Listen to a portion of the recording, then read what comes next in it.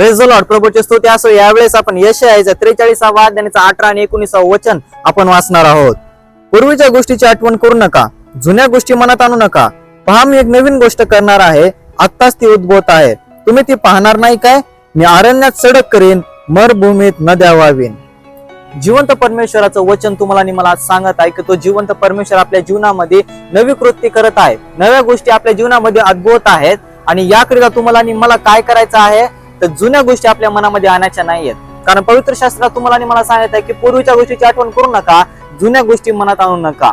आज आपण आपल्या जीवनामध्ये पाहतो की बऱ्याचशा जुन्या गोष्टीची आठवण तुम्ही आणि मी करत आहोत. मनुष्य बुद्धीप्रमाणे आपण बऱ्याचशा जुन्या गोष्टीची आठवण करत आहोत आणि कदाचित याकरिताच आपल्या जीवनामध्ये कार्य होत नाही. परंतु परमेश्वर आपल्या जीवनामध्ये अद्भुत कार्य करणारा परमेश्वर आहे आणि याकरिता तुम्हाला आणि मला वाट पाहणं फार गरजेचं आहे. त्या जिवंत परमेश्वराचं वचन सांगण्याप्रमाणे तुम्हाला आणि मला जुन्या गोष्टी मनात आणायच्या नाहीयेत, जेणेकरून तो जिवंत परमेश्वर तुमच्या आणि माझ्या जीवनामध्ये अद्भुतरित्या कार्य करणार आहे. आपण परमेश्वराच्या वेळेची प्रतीक्षा पाहूया, जेणेकरून तुमचं आणि माझं जीवन अधिक पटीने आशीर्वाद होणार आहे. प्रार्थना करूया.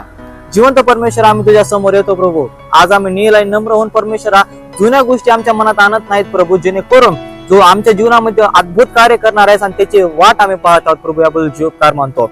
सर्व प्रकारच्या चांगल्या गोष्टीबद्दल आम्ही तुझे उपकार मानतो आणि इथून पुढे येणाऱ्या आशीर्वादाबद्दल तुझे आम्ही उपकार मानतो.